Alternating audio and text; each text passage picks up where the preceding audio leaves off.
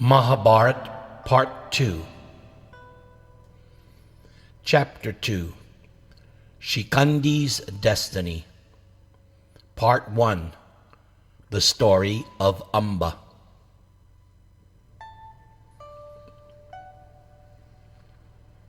This was the story that Bhīṣma told Duryodhana.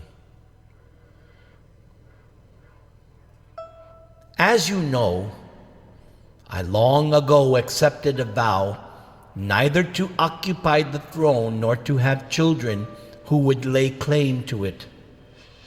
My father Śikhaṇḍī then married the beautiful Satyavati and had two sons, Śikhaṇḍī and Vichitravirya. He died before his sons were grown, and I was left as their protector.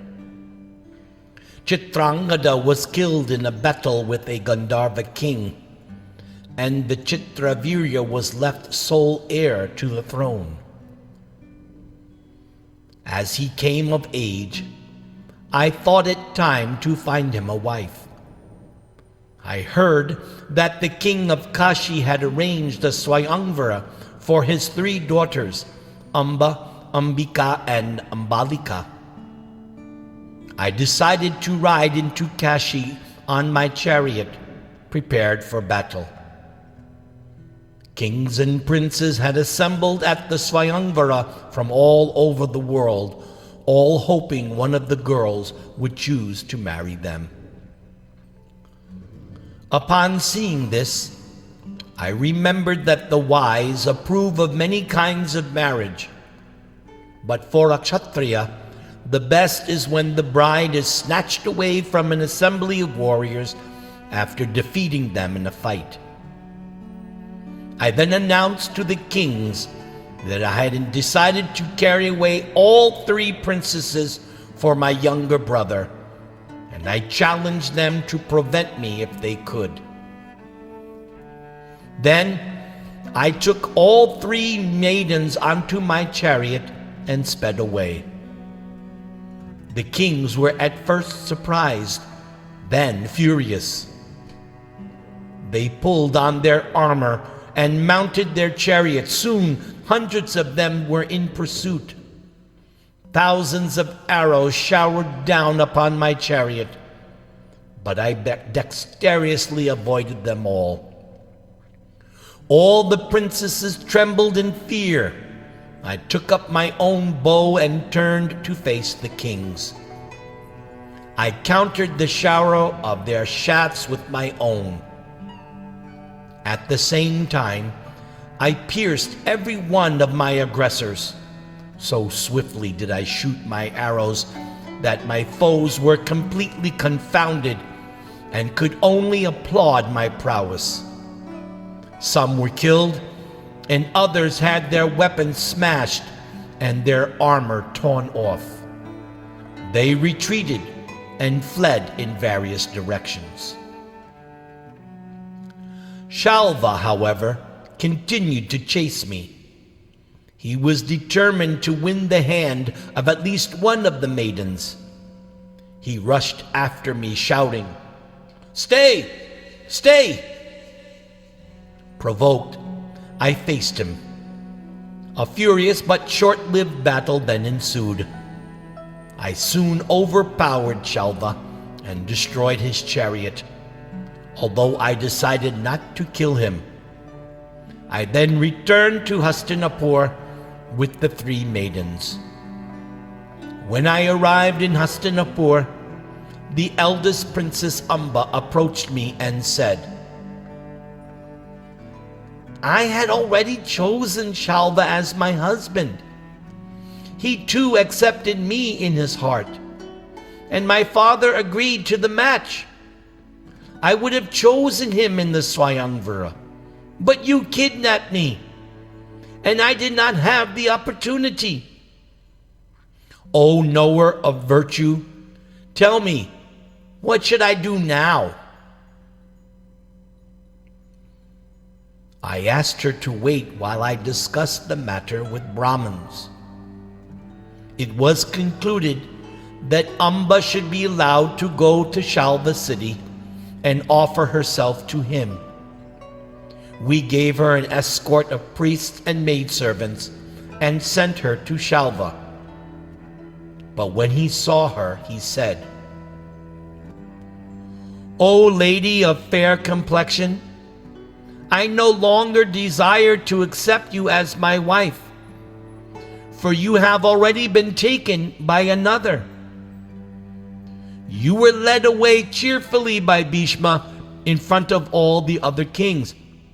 How can I, who must lay down the law for others, now accept you? You have been touched by another. According to holy books, I cannot now accept you as my wife." Amba tried to change Śikhaṇḍī's mind, pleading that she had not been happy to be kidnapped. She had gone to Śikhaṇḍī at the first opportunity, but the king was adamant. Śikhaṇḍī would not accept her. He told the disappointed princess to return to Hastinapur. Weeping like a female osprey, she thought,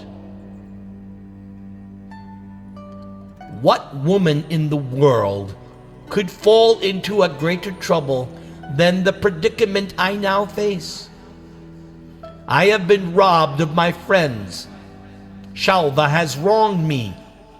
Neither can I now return to Hastinapur, and neither can I go home in such shame, being rejected by everyone."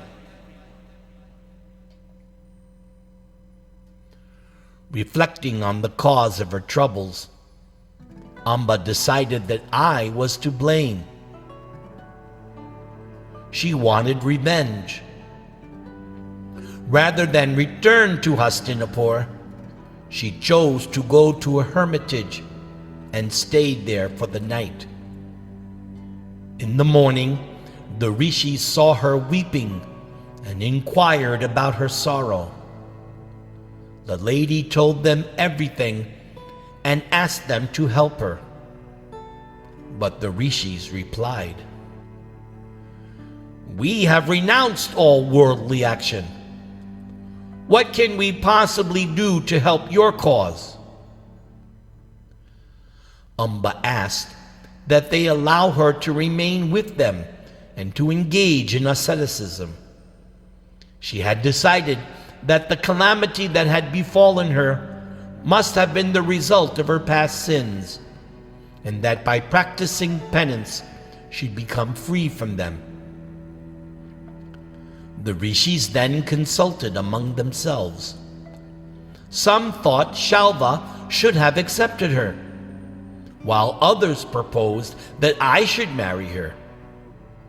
Eventually they decided that she should return to her father, for a woman must always be under the shelter of either a husband, a son, or father.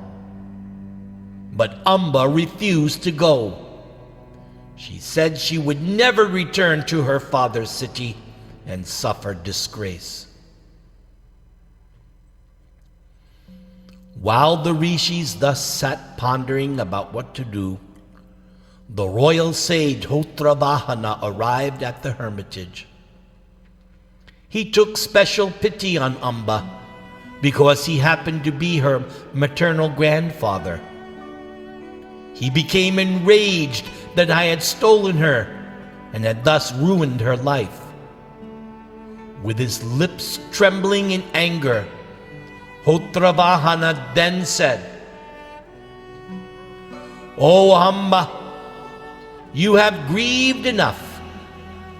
Do not go to your father's house, for that will only increase your grief. You should place your case before the great Parashuram. He is my good friend and well-wisher. For my sake, he will surely remove your grief. Either he will convince Bhīṣma to accept you, or he will slay him in battle. Only this sage Parashuram is powerful enough to do either." It so happened that Parashuram was due to arrive at the hermitage the very next day. He arrived early in the morning, clad in black deerskins and surrounded by his disciples. With an axe over his shoulder and a bow in his hand, he was a frightening sight. Long matted locks hung down to his shoulders. His eyes blazed like fire. After he had been properly received and worshipped by the other sages, he sat down with Hottravahana and was informed of Amba's plight. He called for her and said, "Child, you are as dear to me as you are to Hottravahana. Tell me, what should I do for you?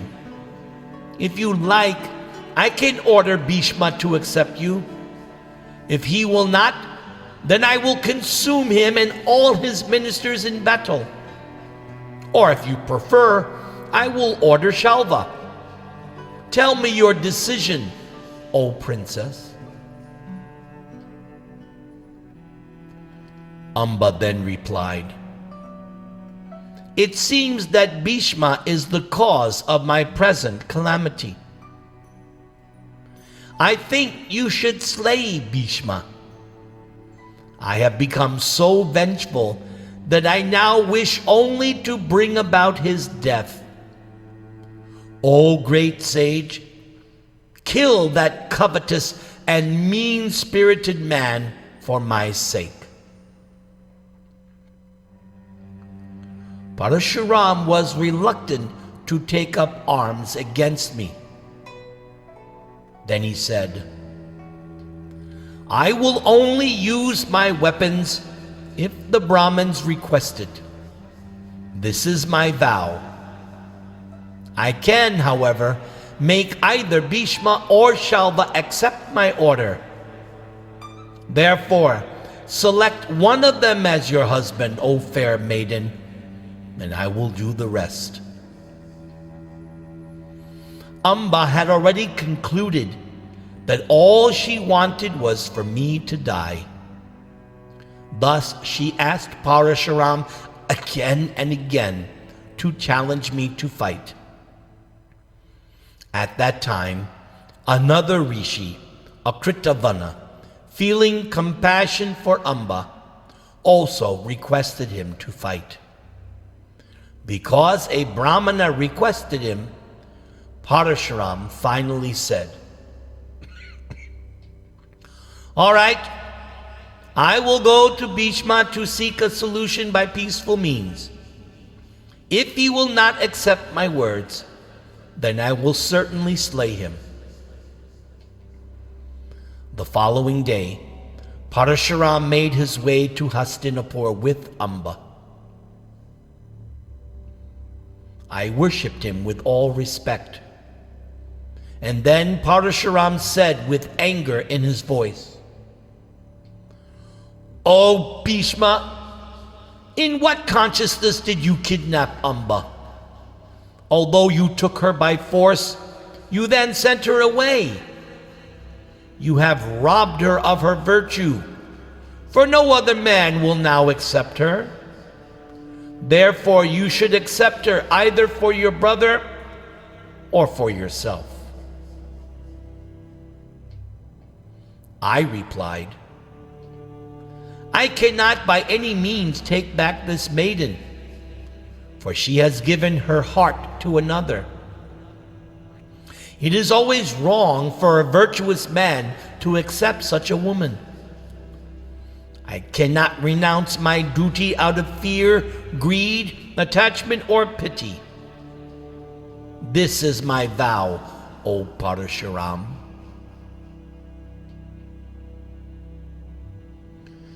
Parashuram blazed, "If you do not act according to my instructions, then I shall slay you and all your ministers." Parashuram repeatedly said this, and I tried in many ways to calm him with gentle words. Realizing that he was bent upon fighting, I asked, "Why do you wish to fight with me, O best of your race? In my childhood I was your pupil, and you taught me the military arts." Parashuram replied, "Although I am your preceptor, you have not obeyed my command. There is only one way to gratify me.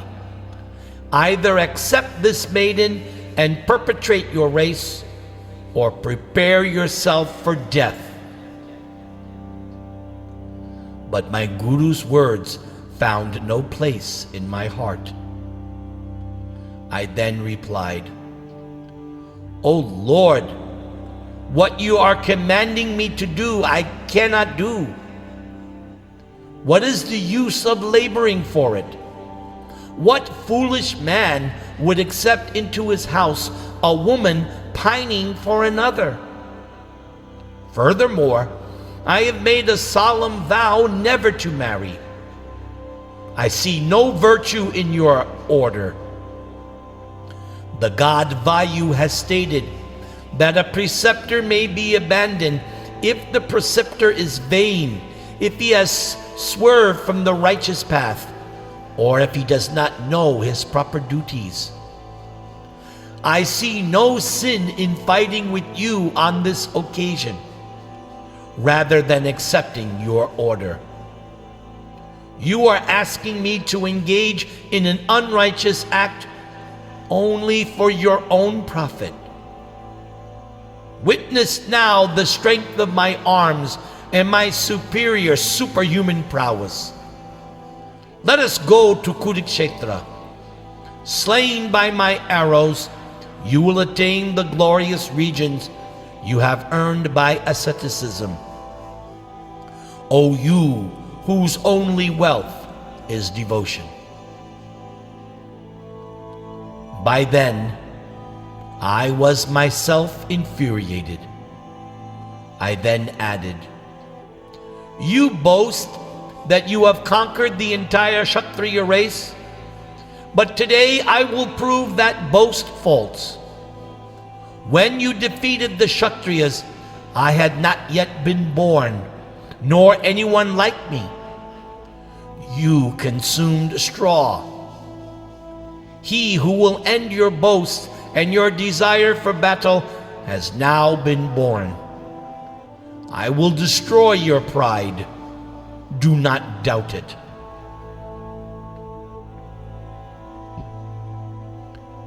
Parashuram smiled. "It is fortunate, O Bhīṣma, that you wish to fight. I will thus curb your arrogance. We will fight at Kurukshetra. There your mother Ganga will see you throw down and turn into food for vultures. O ruler of the earth, your mother does not deserve to see such a fight. But it must be so, for you are foolish and overly proud." I then bowed before the sage and said, "Be it so." After performing propitiatory rites to invoke the Brahmin's blessings, I mounted my chariot and headed out of the city. Equipped with all my weapons, I shielded my chariot with a white umbrella and yoked my white horses, which can move with the speed of the wind. As I moved off, bards and singers eulogized me. I arrived at Kurukshetra and saw Parashuram waiting there, grasping his huge bow. Thousands of his followers were present, and around the battlefield stood numerous rishis. In the sky, I saw the gods headed by Indra. Celestial music sounded, and flowers fell from the heavens. My own mother, assuming her divine human form, came before me and asked, "What do you wish to do, my dear son?" When I told her, she reproved me. "You should not fight with a Brahmin. Do not fight Jamadagni's son. His strength is equal to that of Lord Shiva. He exterminated the Kshatriya race 21 times. You know all of this. Why then have you come to fight with him?" I then explained to my mother all that had happened and made it clear that I would not now turn back. Then she implored the sage not to fight with me. I was, after all, his disciple, which is non-different than being his son. The sage said he was determined to teach me a lesson. Helpless to stop either side, my mother retired from the battlefield, feeling anxious for my sake. I looked across at Parashuram and saw that he had no chariot or coat of mail. I called out, "How can I fight you while you stand upon the earth, O Parashuram? Mount a chariot and put on your armor, for I will now release my weapons." Parashuram laughed back at me. "The earth is my chariot. The Vedas are my horses. The wind is my driver. The mothers of the Vedas, Gayatri, Savitri, and Saraswati, they are my armor. Well protected by all of them, I shall fight, O delighter of the Kurus." The sage immediately covered me on all sides with a thick shower of arrows. Repelling his shafts, I saw him mount a blazing chariot that resembled a city. Celestial horses were yoked to it, and it was protected and ornamented by golden armor and decorations. The chariot was wonderful to behold and had been created by his will. Clad in brilliant armor, he stood upon it looking like Yamaraj himself, surrounded by the personified Astras. His disciple, Akritavana, who had requested him to fight, had become his charioteer. And he dexterously wheeled the chariot about as Parashuram called out, "Come! Come!" I repelled another 2 showers of arrows. Then I dismounted my chariot. Putting down my weapons, I went over to the stay and prostrated myself on the ground. "Whether you are my equal in battle or my superior, I will fight with you, my lord, even though you are my preceptor. Bless me that I may obtain victory." Parashuram smiled. "O best of the Kurus, your behavior is proper, and I am pleased by it. If you had not come to me in this way, I would have cursed you. But I cannot bless you to gain victory, since I myself want to vanquish you. Go and fight fairly, and fight with patience, O hero." I returned to my chariot and blew my conch, signaling the start of the battle. Both of us hurled every kind of weapon at each other, each desiring victory.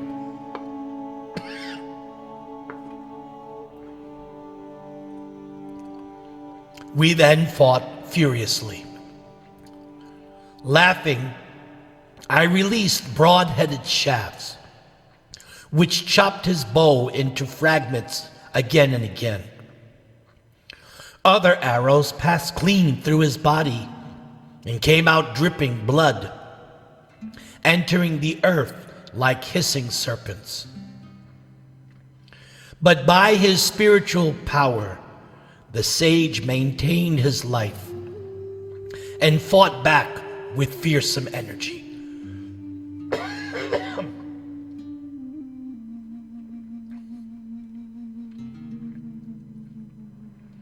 Covered with blood, Parashuram stood in his chariot like a mountain pouring forth lava. He responded with well-sharpened arrows that struck me like thunderbolts. Pierced in my vital organs, I trembled and held onto my flagstaff for support. I summoned all my patience and, regaining my composure, released 100 deadly shafts at Parashuram. Struck by my arrows, Parashuram fell senseless to the floor of his chariot. I was immediately seized by remorse. What have I done? I have slain my own preceptor. I have slain a virtuous Brahmin. I dropped my weapons and held my head in anguish. But Parashuram soon rose again, his charioteer having expertly removed the arrows and tended to him. The sun set, and we retired for the day, coming together in the evening as friends. The next day at sunrise, we faced each other again on the battlefield. Parashuram shot blazing arrows with serpent-like mouths. I cut them down with my own arrows even as they sped through the air. The sage then resorted to celestial weapons, which I countered with my own. During the violent exchange of weapons, I was suddenly caught on the chest by a dart that rendered me unconscious. My chariot driver quickly removed me from the battle, and all of Parashuram's followers, along with Amba, sent up a cheer. After some time, I regained consciousness and ordered my chariot driver to take me back to the battle. He urged my horses on, which seemed to dance as they bore us toward Parashuram. As soon as I saw him, I fired hundreds of straight-flying arrows that screamed through the air. But Parashuram cut every one of them into pieces with his own arrows, and they fell uselessly to the ground. Then I sent hundreds more shafts at Parashuram, even as he was countering my last assault. He was caught off guard and knocked unconscious. As he fell from his chariot, a loud cry of "Alas!" went up from his followers. Seeing him drop to the earth, like the sun fallen from the sky, the Kashi princess Amba, along with his many disciples, ran over and comforted him. They sprinkled his face with cool water and uttered benedictory hymns. Parashuram slowly rose and looked across at me. Seated on my chariot, but enraged, he shouted, "Stay, Bhīṣma! You are now already killed." Even before remounting his chariot, Parashuram shot an arrow which seemed like the rod of death. It hit my right side and sent me spinning. As I reeled, Parashuram killed my horses. Simultaneously, he covered me with 1,000 more arrows. But without becoming confounded, I countered his attack with lightness of hand. As I struck down his arrows, my chariot driver quickly fetched fresh horses for my chariot. A terrible exchange went on between us. Our celestial arrows met in mid-air, and they stayed there without falling. The sky became covered with a network of arrows that screened the sun. Parashuram shot thousands, then tens of thousands, then millions of arrows at me, which I duly countered with divine weapons. A great fire appeared in the sky, reducing the surrounding forest to ashes. As we fought on in this way, the sun set and the battle subsided.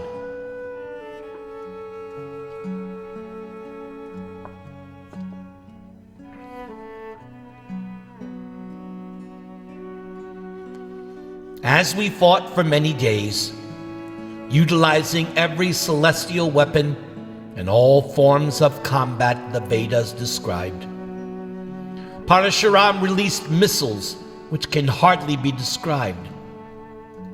They assumed diverse forms and came from every direction. I was continuously whirling in my chariot, repelling his weapons and trying to counterattack with my own.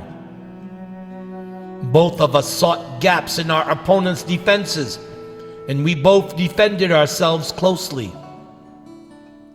The battle raged through the day, and at night we rested. We were both extremely exhausted from fighting. On the 23rd day of battle, Parashuram fought with redoubled strength. All of a sudden he fired a number of arrows which fell upon my horses and chariot driver like venomous serpents. All of them were slain, and I was left standing on an immobile chariot as Parashuram shot arrows charged with death at me. As I fought off his shafts, Parashuram fired a powerful missile that came at me like a streak of lightning. It caught me on the chest and threw me backwards off the chariot. I fell on the ground a full 50 paces away. Thinking me dead, Parashuram roared like a thundercloud, and all of his followers cheered. The Kurus who had accompanied me were overwhelmed with sorrow. As I lay there stupefied, I saw 8 brilliant Brahmins with celestial forms surrounding me. They raised me off the ground and gently supported me. Sprinkling my face with cool water, they said, "Do not be afraid. You will soon be successful." Revived and comforted, I stood up and saw my chariot yoked to fresh horses that my mother was tending. I touched Ganga's feet and worshipped the memory of my ancestors. Then I ascended the chariot and sent her away. I took the reins and continued fighting. I managed to catch Parashuram with an arrow of great power that pierced him deeply. He dropped to his knees, and his bow slipped from his grasp, and he fell down senseless. I then saw many inauspicious omens. The sky rained blood and meteors fell. The sun was eclipsed. High winds blew and the earth trembled. But Parashuram was only stunned. In a short while, he got back to his feet and continued the fight. Both of us threw our fiercest weapons at each other until the sun set once again. We again retired for the night. That night, as I lay on my bed, my body mangled, being tended by physicians, I thought that the battle would never end. I prayed to the gods that they would show me some way to overcome Parashuram. Then, while I was sleeping, I again saw the 8 Brahmins who had visited me on the battlefield. Comforting me again, they said, "Fear not, O son of Ganga. You are our own body, and we will give you all protection. Surely you will vanquish Parashuram. Here is a weapon which was known to you in your previous birth. It was manufactured by Vishvakarma. It is called Prasvapa, and no one on earth knows about it, not even Parashuram. In the battle tomorrow, call it to mind, and it will come personally to you. Parashuram will be thrown down by that weapon, but not killed. He cannot be slain, but he will be defeated and rendered unconscious by this Prasvapa weapon. You will then be able to revive him with the Śikhaṇḍī weapon." The luminous Brahmins vanished, and I awoke with joy. The sun rose, and the battle again began. Encouraged by the celestial Brahmins, I was enlivened and fought with renewed energy. After a furious exchange of weapons, I thought of the Prasvapa weapon. The mantras suddenly appeared in my mind, but as they did, I heard a tumultuous uproar of heavenly voices. "O Bhīṣma, do not release the Prasvapa missile." Disregarding them, I placed the weapon on my bow and aimed it at Parashuram. Suddenly, Narada Rishi appeared before me. "The gods are stationed in the sky, and they forbid you to use this weapon. Parashuram is an ascetic, a Brahmana, and he is your preceptor. O son of Kuru, do not humiliate him by any means." As Narada spoke, I again saw the 8 Brahmanas in the heavens. They all smiled and said, "O best among the Bharatas, obey Narada, for this will benefit all creatures." Parashuram, seeing the irresistible Prasvapa upon my bow, and not realizing that I had been forbidden to release it, shouted, "Alas, O Bhīṣma, I am vanquished!" And he dropped his bow. His father Jamadagni, along with other heavenly rishis, then came to him and ordered him to stop fighting. They told him that I was one of the 8 Vasus, and that he could not slay me in battle. Jamadagni then said, "Arjuna, the powerful son of Indra, will later cause Bhīṣma's death. Lord Brahma himself has ordained this." And so the battle ended. Severely wounded, I went before my preceptor and prostrated myself at his feet. After this, he said to Amba, "O princess, you have seen me exert myself to defeat Bhīṣma. Still, I have not been able to overpower him. Therefore, you may go wherever you please, for there is nothing more I can do." The maiden then replied mournfully, "Be it so, O Holy One. You have done your best on my behalf, and I am grateful. Still, My heart burns with revenge. I will now practice asceticism. In this way, I will gain the power to personally bring about Bhīṣma's death.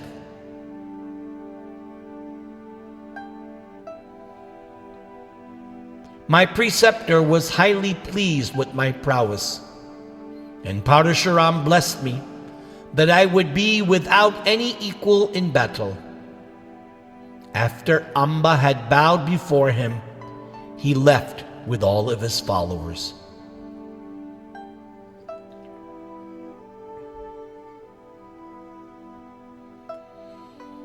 Amba then entered the forest. She went to the Yamuna and performed severe penance. I knew everything because when I returned to Hastinapur, I appointed men to watch over her constantly. They gave me regular reports. For 1 year she stood on the riverbank without eating, emaciated and rough-skinned, bronzed by the sun, her hair matted. She stood with hands upraised. After 1 year, she broke her fast by eating a single dry leaf. She then remained waist deep in the water for another year, standing on 1 foot, fired with indignation. For 12 years she went on in this way. Neither her relatives nor anyone else could convince her to desist. Then she left the Yamuna and wandered at will, visiting sacred hermitages of many rishis. All the while she continued her austerities, bathing 3 times daily, meditating silently, and fasting. Her appearance changed from gentle to fierce, and she began to glow with ascetic power.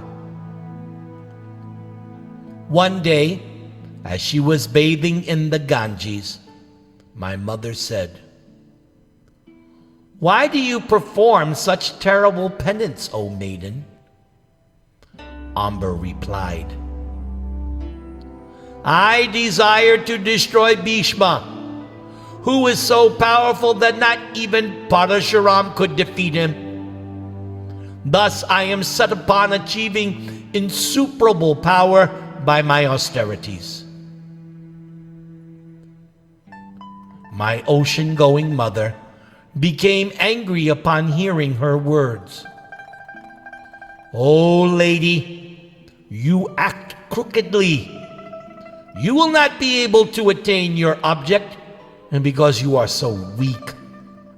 O daughter of Kashi, if you hold on to your determination, I will curse you to become a terrible river in which water flows in you only during the rainy season. May you be full of crocodiles and other fierce aquatics." After saying this and pretending to smile, my mother vanished, leaving Amba in her waters. Still, the princess did not desist. She performed even more severe austerities, abstaining from all food and water and controlling even her breathing. She wandered on, and when she arrived at Vatsabhumi, she fell down and began to run as a river.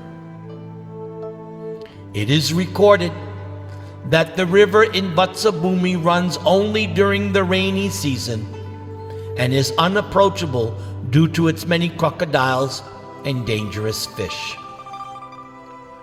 By merit of her austerities, however, only 1/2 of her body became a river, while the other half continued as before. She thus went on with her asceticism, and after some time the rishis at Vatsabhumi approached her. They asked her what she desired, and when she explained, they said, You should seek the favor of Mahadev, for that deity can fulfill any desire. Amba supplicated Lord Shiva, and soon he appeared before her, asking to know her desire.